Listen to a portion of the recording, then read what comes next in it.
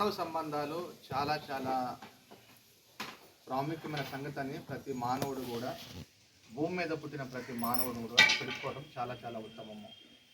ఈ మధ్యనే తెలంగాణలో గొప్ప కవి అయినటువంటి అందశ్రీ గారు తాను ఒక పాట రాశారు. ఆ పాటలో ప్రాముఖ్యమైన లైన్ ఏంటంటే, మాయమవుతున్నాడమ్మా మనిషి అన్నవాడు.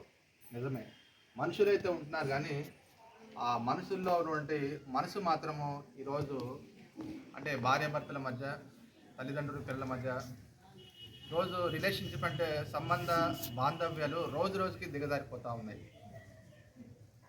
రోజు రోజుకి దిగజారిపోతానని చెప్పడానికే నా చుట్టుపక్కల ఉన్నటువంటి వీళ్ళే నిదర్శనం. ఎందుకంటే వారి వారి యొక్క ఆర్థిక ఇబ్బందుల వల్ల, లేదా పిల్లలు సరిగా చూసుకోవట్లేదని, లేదా అనారోగ్య సమస్యలు అని చెప్పి వీరు ఒకప్పుడు పిల్లలు కలిగి ఉన్నారు, పెంచి పెద్ద చేసి గొప్పవారు చేశారు. కానీ వారు పెద్దవాళ్ళు అయిన తర్వాత కన్నవారిని సరిగా పట్టించుకోకుండా రోడ్డుకి వదిలేస్తే ఈరోజు అమ్మ సేవా సదన వారు ఆదరించి వీరికి ప్రతిరోజు కూడా మంచి ఆహారాన్ని, ఆరోగ్యాన్ని, వారికి సంరక్షణ చూసుకుంటూ ఉన్నారు. నిజంగా అమ్మ సేవా సదన కార్యక్రమాన్ని, ఈ యొక్క సంస్థని మనం ఖచ్చితంగా అభినందించాలి. ఎందుకంటే కుటుంబంలో 5గురికి భోజనం పెట్టాలంటే రోజు మనం లెక్క తీసుకుంటూ ఉంటాము. కానీ రోజుకి 25 మందికి వారు కష్టపడి సంబంధించినటువంటి ఉద్యోగంలో వీరికి ఖర్చు చేస్తూ మేమున్నామంటూ వారి కన్నీరు తుడుస్తూ, వారి బాధను తుడుస్తూ, వారికి ఆదరణ, ధైర్యం కలిగిస్తున్నటువంటి ఈ సంస్థకు నిజంగా హ్యాట్స్ ఆఫ్. అయితే మానవ సంబంధాలు చాలా చాలా ప్రాముఖ్యమైనవి. ఒక 2-3 సంవత్సరాల క్రితము పేపర్లో ఒక న్యూస్ బాగా నన్ను కదిలించింది. ఏంటంటే, ఆ తండ్రికి 3 కుమారులు ఉన్నప్పటికీ కూడా వారు పెరిగి పెద్ద అయ్యి ఉద్యోగాలు వచ్చి ఆ తర్వాత వారికి మనవరాళ్ళు అంటే ఉన్నప్పటికీ కూడా సరిగా ఆ 3 ఆ తండ్రిని చూసుకోలేక బయటికి గెంటేస్తే తన చిత్తిని తానే పేర్చుకొని ఆ మంటల్లో ఆహుతైపోయాడు. ఎంత బాధాకరం అండి అసలు. ఒక మనిషి తాను చంపుకునే స్థితికి వచ్చాయంటే పిల్లలు ఏ రీతిగా ఎదుగుతూ ఉన్నారో, ఏ విధంగా చూసుకోవట్లేదో ఈనాటి సమాజంలో మనం చూస్తూ ఉన్నాము.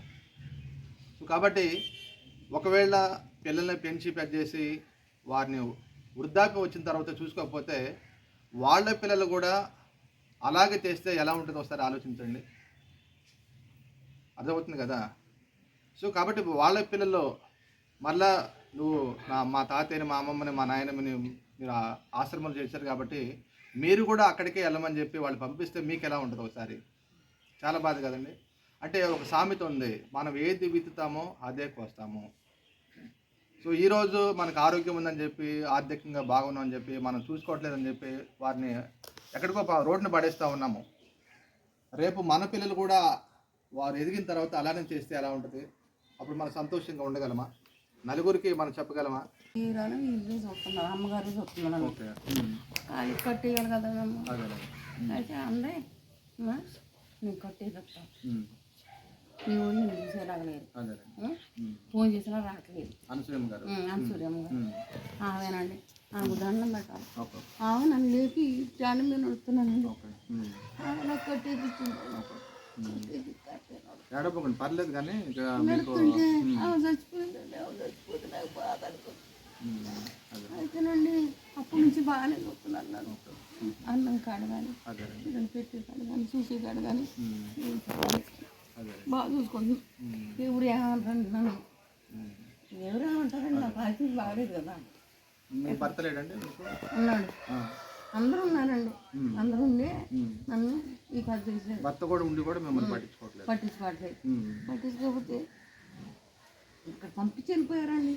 అందువల్ల తోటు కుటుంబం అంతా ఒక పక్క, మీరు ఒక పక్క రాలేదండి. నా కొడుకు కానీ, నా బిడ్డ కానీ, నా 2 కొడుకులు కానీ రాలేదండి. రాకుండా ఉండాలి. వాళ్ళు అప్పటి నుంచి ఇప్పుడు కన్న తల్లి అప్పటి నుంచి ఇప్పుడు దాకా లేకపోతే నేను ఏమైపోతానండి చెప్పి ఇప్పుడు ఈ టైం మీద నడుస్తుంది. అప్పటి నుంచి ఇప్పుడు దాకా ఉంటుంది కానీ, బోగు కానీ, కూరకు కానీ, మంచితనం కానీ బాగా. రామ్మూర్తి, గొల్లారామూర్తి. ఏ ఊరు మీది? భద్రాద్రి కొత్తగూడెం. ఏ ఊరు? ఆ ఊరేనండి. నో, ఇది జిల్లా పేరు. అది భద్రాద్రి కొత్తగూడెం అనేది జిల్లా. దాంట్లో ఏ ఊరు మీది? రుద్రంపురం. రుద్రంపురం అంజాపాలెం కొత్తగూడెం దగ్గర రుద్రంపురం. మీరు ఏ పరిస్థితిలో ఇక్కడికి వచ్చారు మీరు? నాకు పరిస్థితి బాగోదు. అదే అంటే కుటుంబ సభ్యులు ఎవరు లేరా, లేకపోతే ఊరు చూసుకోవట్లేదా? ఎవరు లేదు, భార్య లేదా మీకు? బాగా ఎవరు లేదు.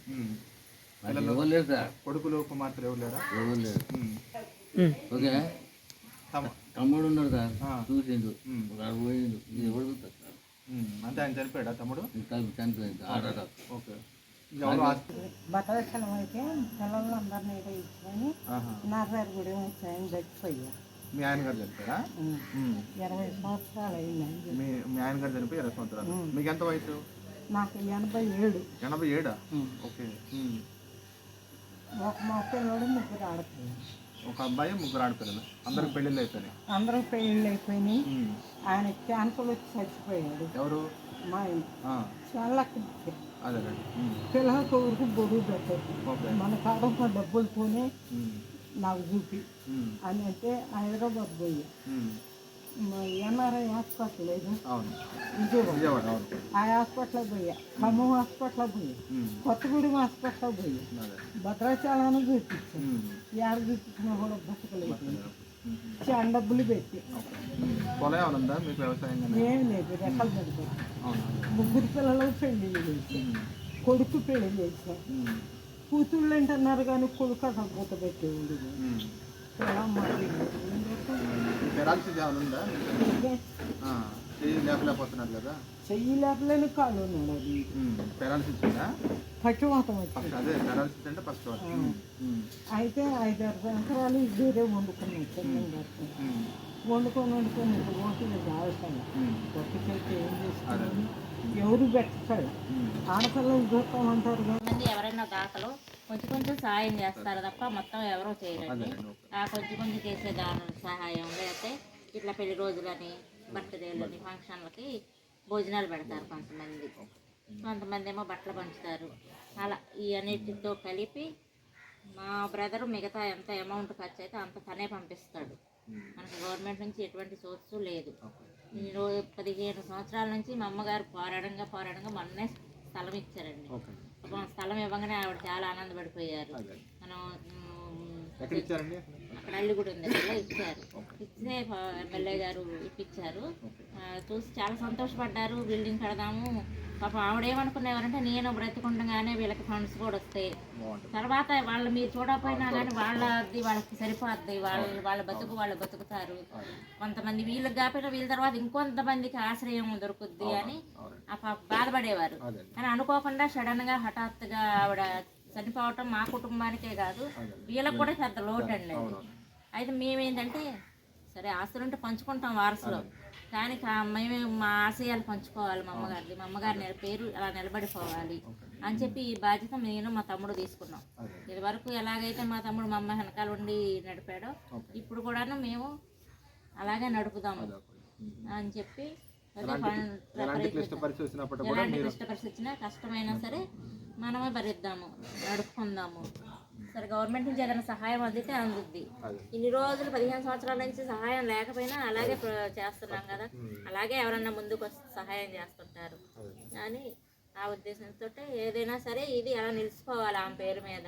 ఆమె ఆశయం కాబట్టి ఆశయాన్ని మేము నిలబెట్టాలని పట్టుదలతో ఈ కార్యక్రమాన్ని చేస్తున్నామండి. థ్యాంక్ యూ అండి, చాలా మంచి. ఎందుకంటే ఒకప్పుడు మదర్ తెరిసా ఏ విధంగా కలకత్తాలో తను సేవ చేసిందో, మన ప్రాంతంలో, మనం ఉన్న పట్టణంలో, మనం ఉన్న మండలంలో, మన పరిసరాల చుట్టూ అనేక మంది రోడ్డును పడినప్పుడు వాళ్ళు ఆదరించడం చాలా మంచి కార్యక్రమం అండి. సో ఇదండి ఈ యొక్క అమ్మ సేవా సదనంగా ఎంతో భారంతో ఉన్నప్పటికీ కూడా వారు సహోదరుడు వారు ఇద్దరు కలిసి వారి భారమంతా వారి భుజస్కంధాల మీద మోస్తూ ఈ 25 మంది జీవితాలను, వారికి అనారోగ్య సమస్యలు వచ్చినప్పటికీ, ఆహార సమస్యలు వచ్చినప్పటికీ వారు అనునిత్యం కూడా పోరాడుతూ ఉన్నారు.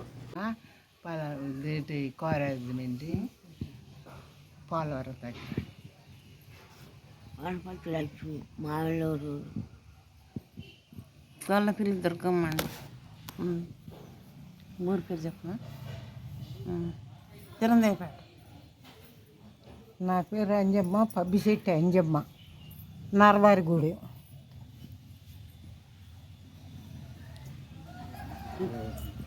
నా పేరు రామతి, గొల్ల Ramathi, Bhadradri Kothagudem, Guntur.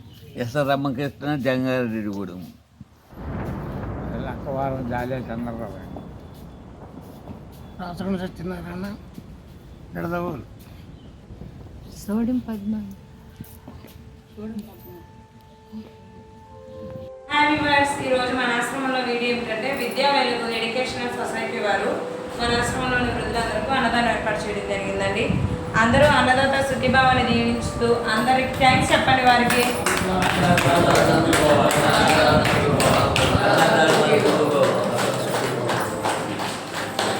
Thank you very much.